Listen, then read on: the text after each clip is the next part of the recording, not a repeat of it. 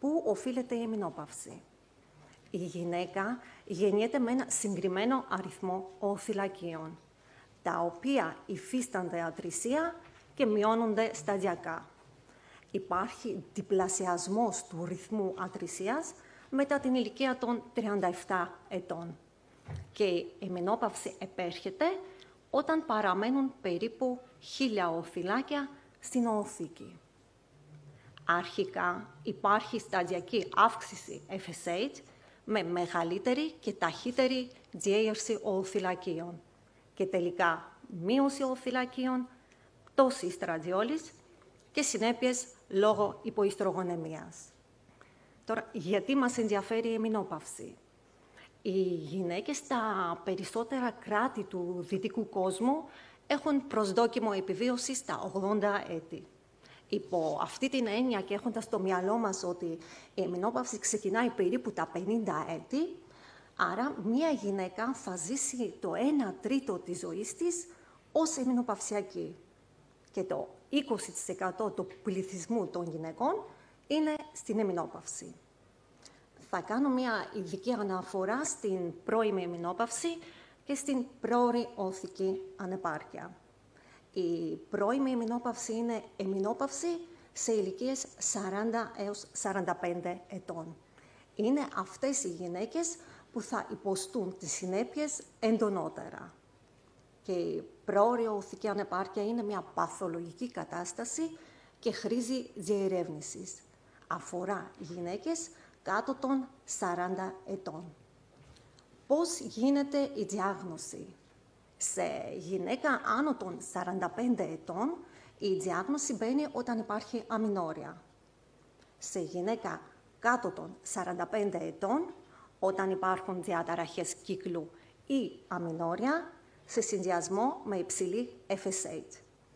Και δεν χρειάζεται απαραίτητος ορμονικός έλεγχος για την διάγνωση της εμεινόπαυσης.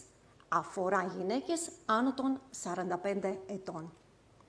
Οι συνέπειες της εμεινόπαυσης διακρίνονται σε βραχυπρόθεσμες, σε μεζοπρόθεσμες και μακροπρόθεσμες. Οι βραχυπρόθεσμες συνέπειες είναι οι διαταραχές κύκλου ή αιμορραγίες, αγκιοκινητικές διαταραχές, διαταραχές ύπνου και συγκέντρωσης, κρίσεις πανικού και κόπωση. Αυτό που σκεφτόμαστε πρώτα είναι οι αγκιοκινητικές διαταραχές, οι οποίες είναι πιο έντονες κατά το πρώτο έτος. Πάνω από 70% των γυναικών έχουν αγκιοκινητικές διαταραχές. Μπορεί να έχει διάρκεια 7 έως 10 έτη, ίσως και περισσότερα. Οι αγκιοκινητικές διαταραχές σχετίζονται με μείωση των ιστρογόνων. Όμως δεν υπάρχει συσχέτιση μεταξύ επιπέδων ιστρογόνων και βαρύτητας των συμπτωμάτων. Ίσως εμπλέκεται η σερωτονίνη. Οι αγκιοκινητικές διαταραχές έχουν να κάνουν με το κέντρο της θερμορύθμισης. Υπάρχει μείωση στην ουδό που διεγείρει το κέντρο της θερμορύθμισης, αίσθηση έντονης θερμότητας σε ανεπαίσθητα εξωγενή ή ενδογενή ερεθίσματα, το οποίο οδηγεί σε αυτόματους μηχανισμούς μείωσης της θερμοκρασίας του σώματος, αύξηση ρυθμού αναπνοής, αγκιοδιαστολή, εξάψεις και εφύτρωση.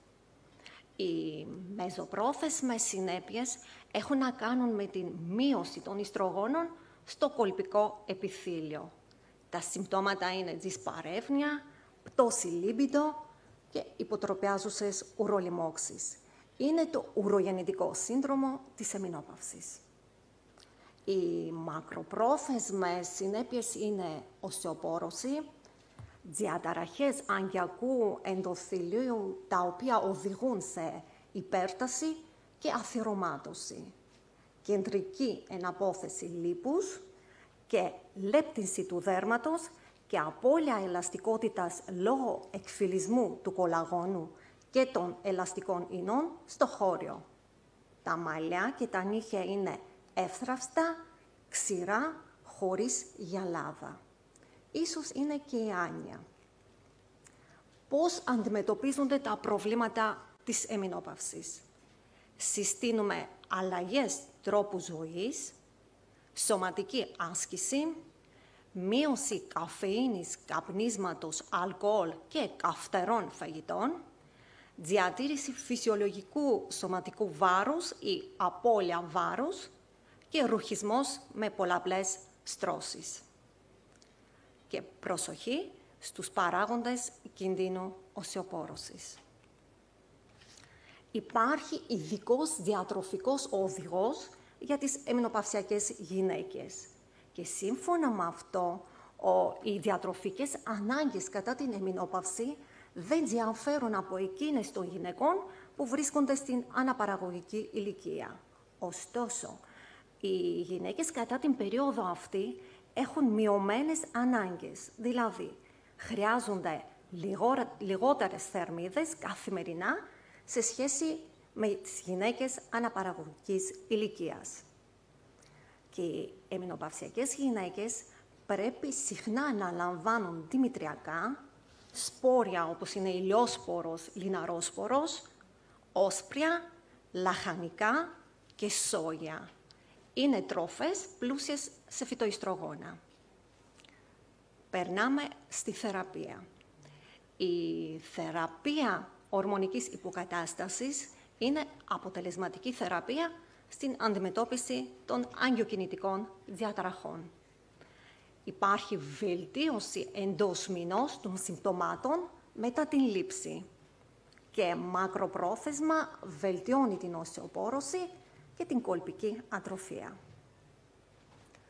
Η θεραπεία ορμονικής υποκατάστασης χορηγείται με διάφορους τρόπους ανάλογα με τις ανάγκες, τις επιθυμίες της κάθε γυναίκας.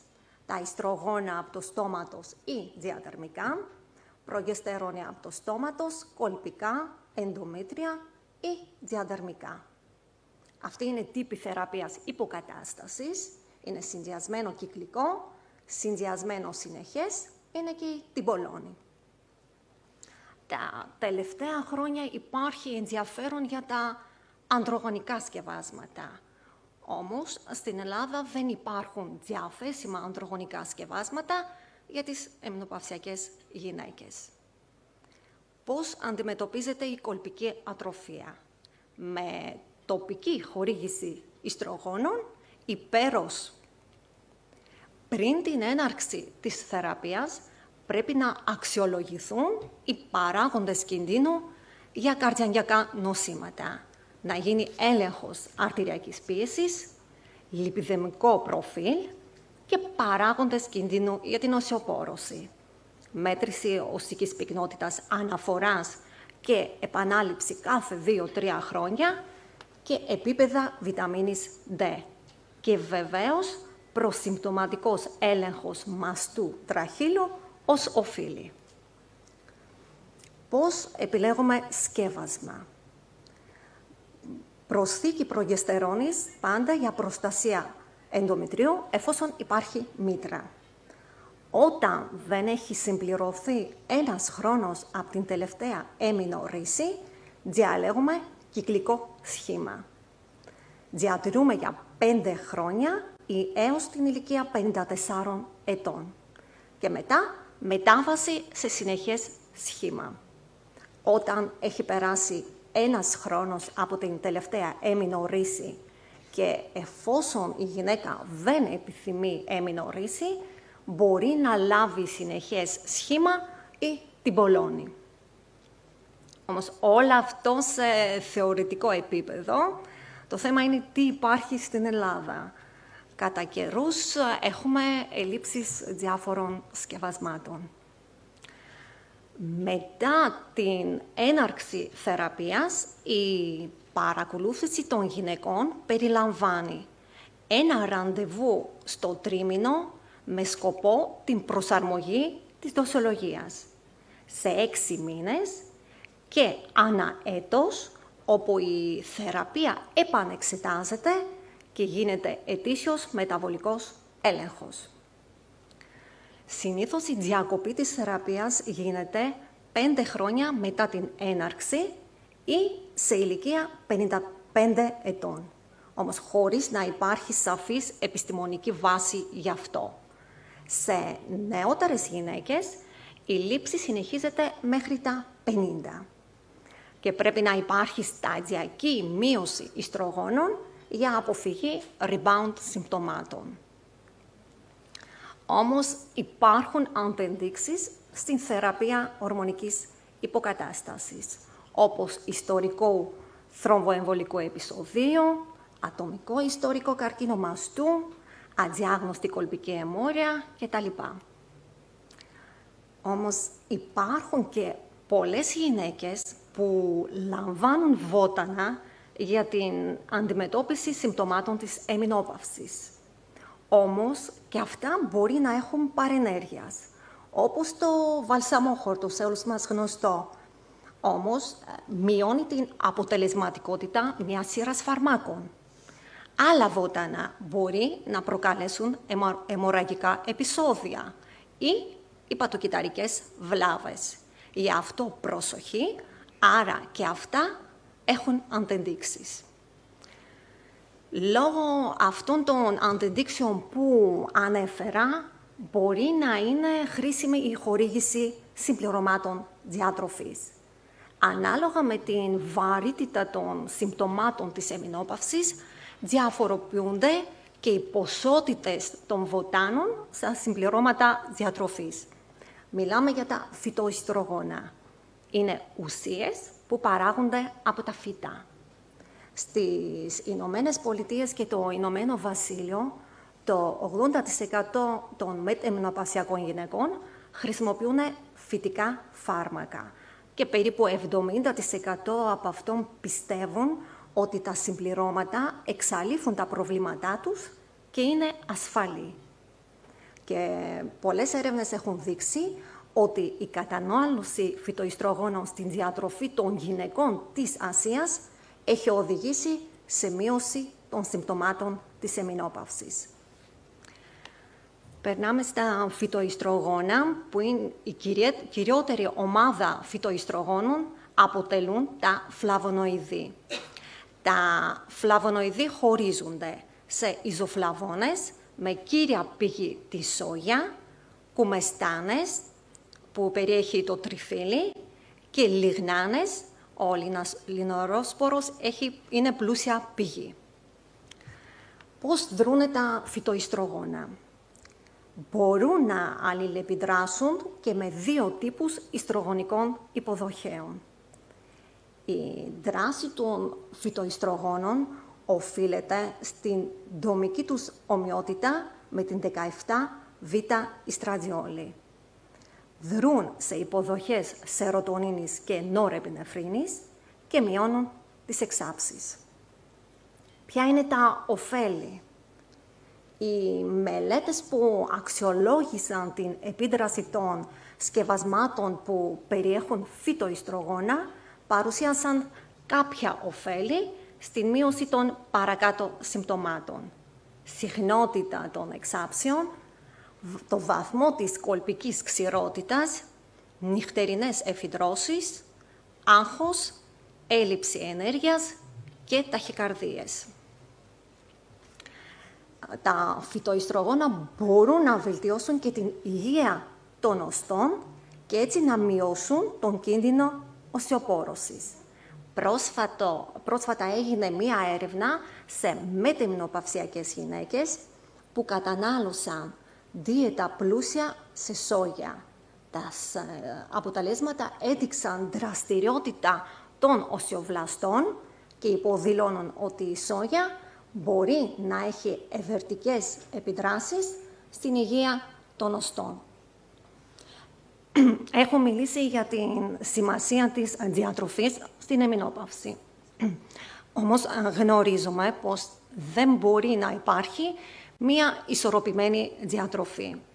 Γι' αυτό τον λόγο πρέπει να φροντίζουμε να υπάρχει επαρκής ποσότητα των παρακάτω βιταμινών και ιχνοστοιχείων για τα ωφέλη τους.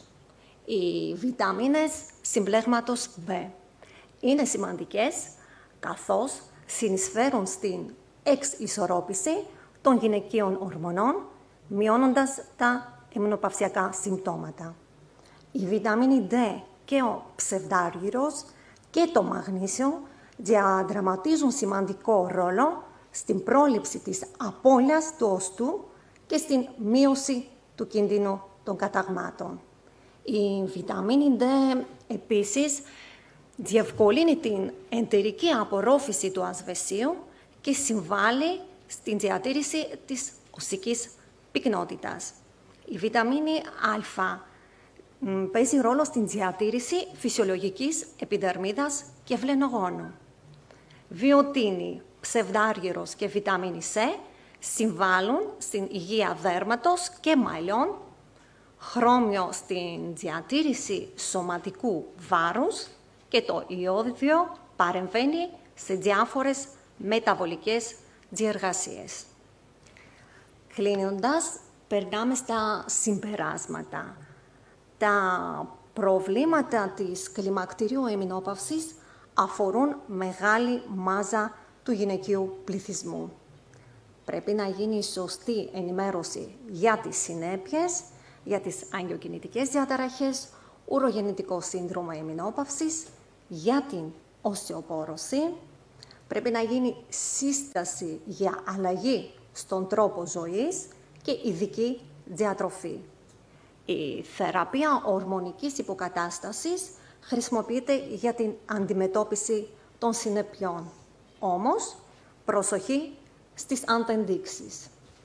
Εναλλακτικές είναι διατροφή πλούσια σε φυτοϊστρογόνα, όμως υπάρχει δυσκολία υπολογισμού ιδανικών ποσοτήτων.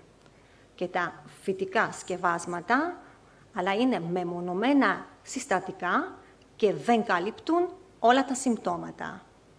Τα ολοκληρωμένα συμπληρώματα διατροφής με ισορροπημένες ποσότητες αποτελούν μια ιδανική λύση, συνεισφέροντας στην ανακούφιση των πολλών και διαφορετικών συμπτωμάτων της εμεινόπαυσης και γενικά στην στήριξη του οργανισμού σε μια τόσο απαιτική περίοδο.